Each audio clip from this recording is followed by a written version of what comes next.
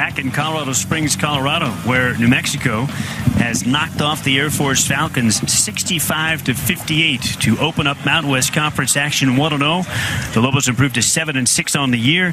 Air Force is 5-8 and 0-1 to begin league play. All right. After a Lobo victory, what are you craving? Some fresh strawberries and raspberries dipped in chocolate and some New Mexican flavored candy from the Candy Lady. The Candy Lady offers the best candy in New Mexico. To celebrate today's win, make sure you swing by the Candy Lady in Albuquerque's Old Town. They're home for almost 4 decades. They're perfect when you're in the mood for that perfect treat or when you need the perfect gift for all occasions. The Lobos and the Candy Lady, New Mexico traditions for over 30 years. Well, we had some really good options with regard to the State Farm Insurance assist of the game. In fact, New Mexico, a total of 13 assists on 23 made field goals tonight. They shared the ball very well. We settled on this one for you. When teammates help each other out, great plays happen like this. The layup comes up short, and the Lobos look to run off the rebound. Malawich down the left lane line, headed poked away by Swan. Swan will dribble across the timeline. He has it poked away from behind by Kuiper. Kuiper picked his pocket. Mathis fires it ahead to Manigault for the two-hand flush.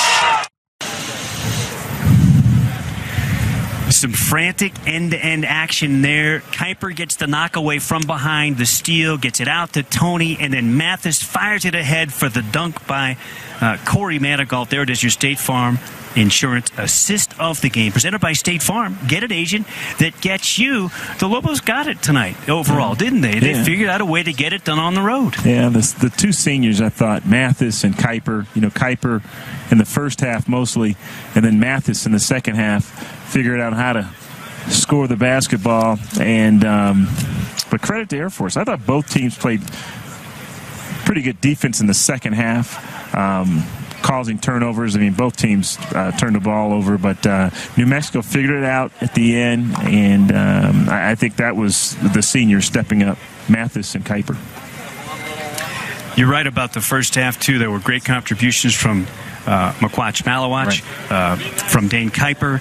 You mentioned the senior leadership, and then a great first half from Vance Jackson as well. Yeah.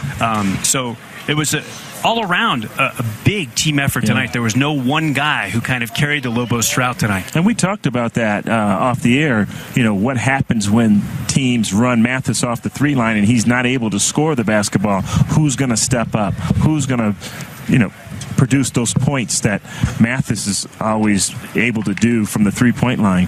You still would like to see more scoring in the paint. The Falcons outscored the Lobos in the paint. But and how do you get Carlton Braggs more touches? I mean, he had 5 points, only took 4 shots, but got to figure out a way to get him the ball more. Well, he did some hard work on the offensive glass tonight and as well on the defensive glass, Hunter. And his 9 rebounds led his team. It's the first time in 5 games he didn't finish with a lucky 7. He had 7 boards in each of his first 4 games. He goes for 9 tonight to go with 5 points. You mentioned only the 4 shot attempts, but he found ways to affect the game. Yeah, he did, and that was on the board when he wasn't in foul trouble. And he was frustrated because just his aggressive post up, he was getting whistled for fouls and I think Coach will probably talk to that, but and those are frustrating, especially when the bigs are 6'9" and they're trying to post up and guys are hanging on them or they're trying to front them, and the defender's the aggressor, but then yet when he tries to become aggressive as an offensive player, he gets whistled for the foul, and that could be frustrating. All right, time for us to take a break on the Lobo Basketball Postgame Report. New Mexico 65, Air Force 58, the final in Colorado Springs. More after this. Lobo Basketball from Learfield.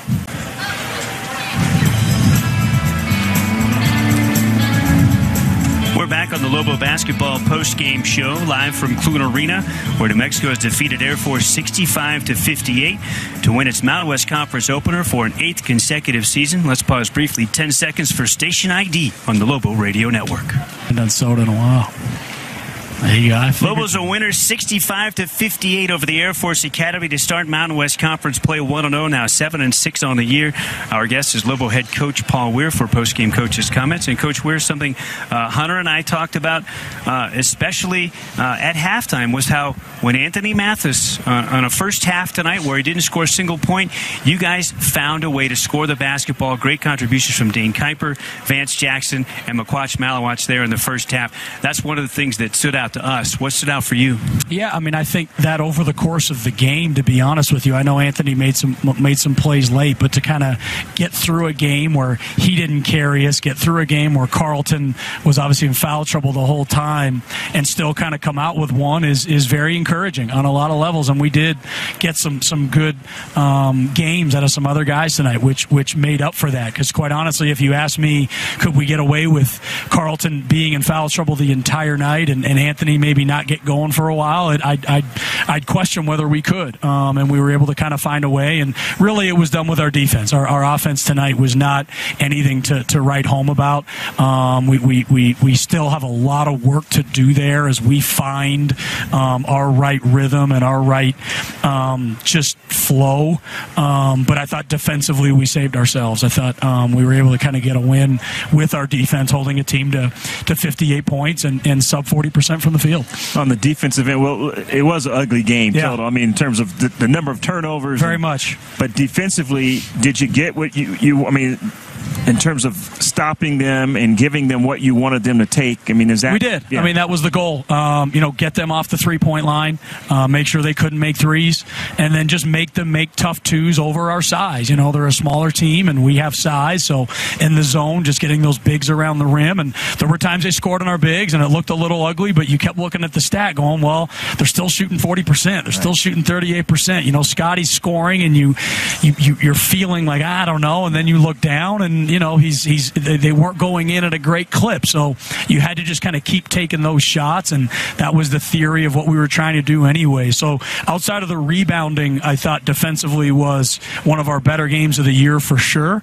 Offensively, we made some plays, but it's still our ball control that's a big problem. Offensively, Carlton, outside of being in foul trouble, only had 4 shot attempts. Yeah. And then you look at Ezzedine, he had 4. Your post play, not really getting the amount of touches you want. Agreed. I mean, I thought, and rightfully so. I mean, I think when you're on the other side and you've got a smaller team, you're going to be you're going to be screaming for every 3-second call, every illegal post up. And I think the bigs just got a little cautious down there. I think, we kind of got hit on some offensive fouls posting up. And I think they got a little conscious of that and didn't post up with the same aggressiveness every possession. Got some 3 seconds call. I just thought they were a little timid down there.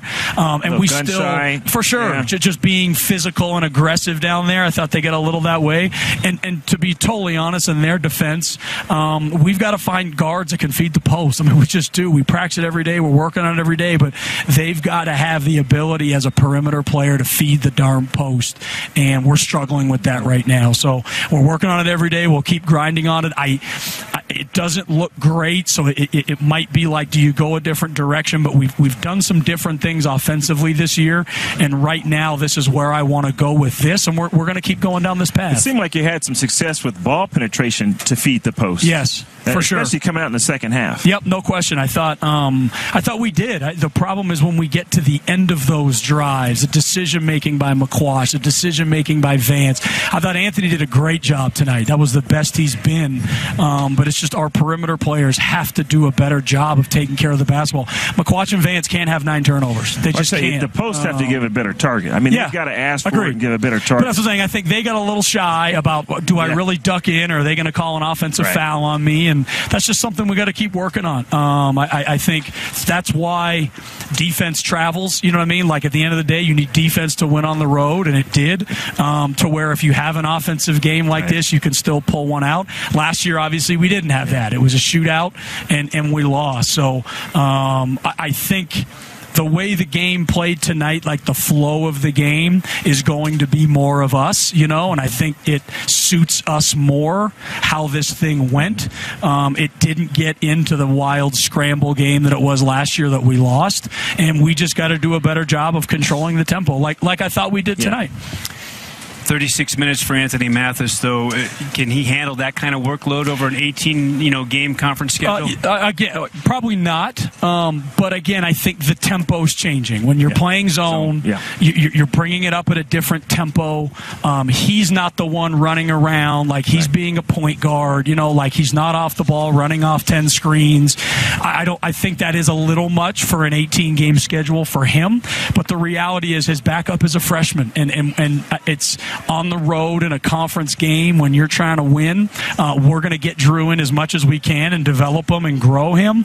But right now, we got to win basketball games, and we'll as this unfolds, we'll kind of adapt as we need to. With regard to the bigs and the foul trouble overall, because it was an issue tonight, is there something specific that you can focus in on there to help them with that? Going into the game at Southwest, we watched an officiating video on offensive fouling in the post. It is a point of emphasis for officials, and they are looking at what they call a ward-off, which means you moving your arms to create position as opposed to just holding a solid seal. And we spend time on it. The thing is, it's an emphasis for them. So if they see and they're looking and they see a big, strong guy moving down there with a little guy, it's just something that they're looking for. Do I know all of those were definitely offensive fouls? I don't know, but that's what they're looking to do. And when you have a coach at the other end, and to his defense, I'd be doing the same thing, screaming, that's a foul, that's a foul, 3 seconds, that's a foul. They're looking for it. No different than we're always calling for travels or we're calling for things on the other side, so it's just something we got to continue to work on. It's kind of a lost art of basketball, so a lot of these perimeter guys are not used to being post feeders, and even these guys aren't used to working every possession to get it. So we're just trying to kind of change our philosophy, and our players are kind of working through that in the process.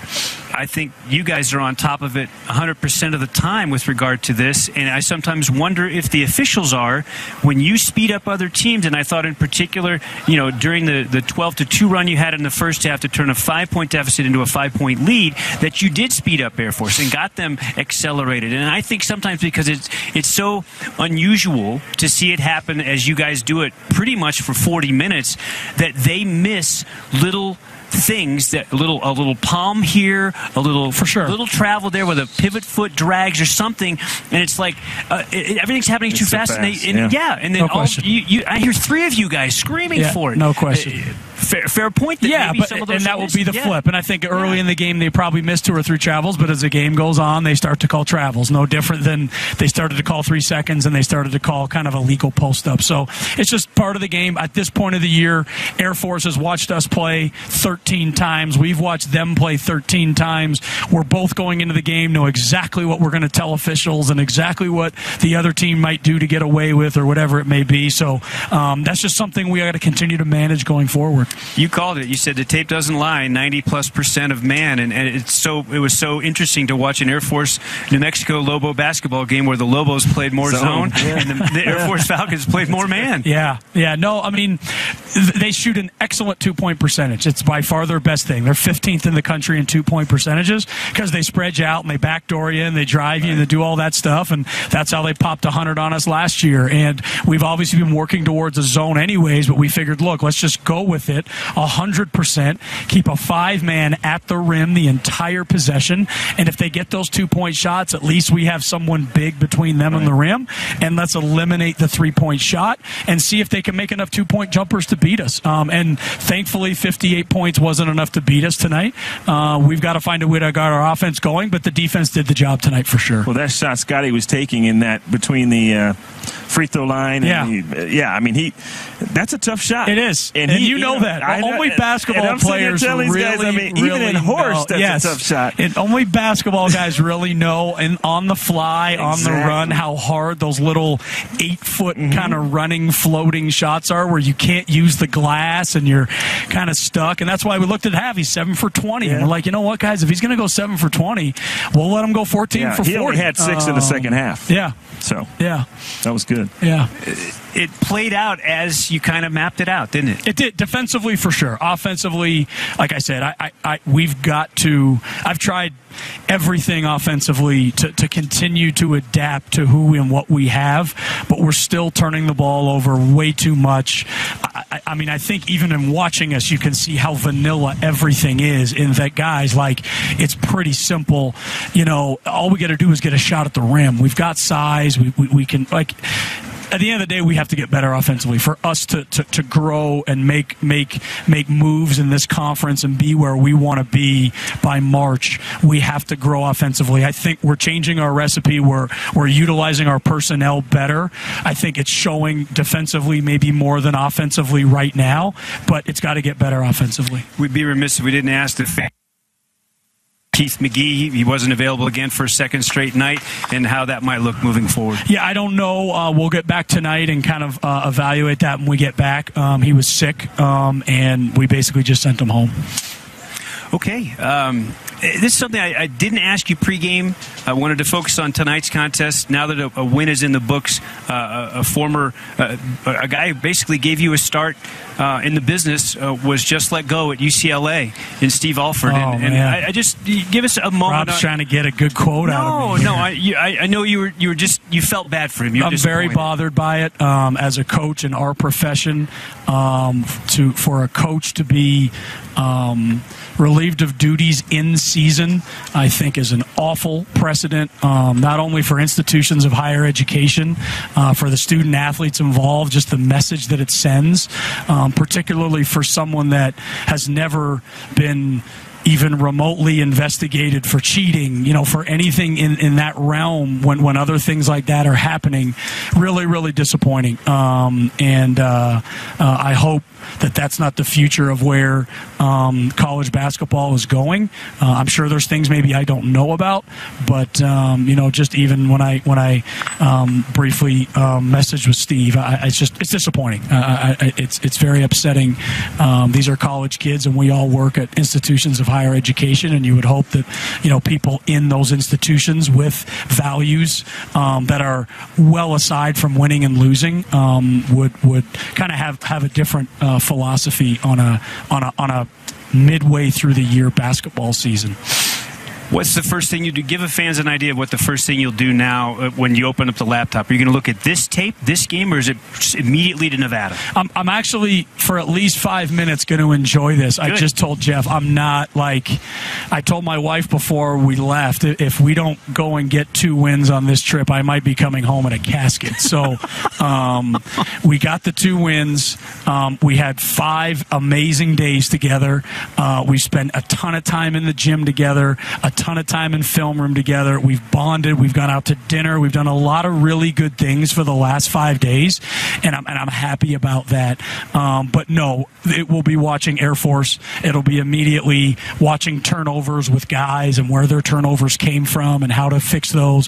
When you play the way we're playing right now, and you're zoning, and all you're trying to do is get the ball inside, or at least making that a big part of your offense, what the other team does doesn't really matter as much. It's more about us improving our zone defense and improving our ability offensively to get the ball inside without turning it over.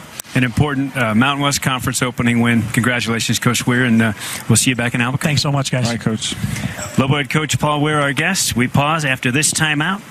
We come back to wrap it up. 65-58, the Lobos defeat Air Force. Lobo basketball from Learfield.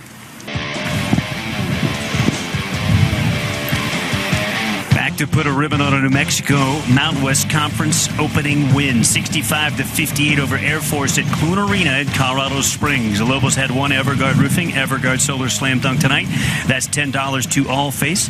All Face serves over 2,500 children and their families every year. They teach them how to prevent abuse. They guide them as they recover from it. Help us give children back their childhood. Learn more by visiting allface.org. Well, it would not have been this man at halftime, but when it was all over, it was clear who the P&M Reliable Player of the Game was. Your game changer for the Lobos tonight was none other than senior leader Anthony Mathis. 8 seconds to shoot. Tone with a deep right wing 3. It's good. Vance Jackson went right back to Anthony, and Tone didn't hesitate. He's unstoppable from 3. Yeah.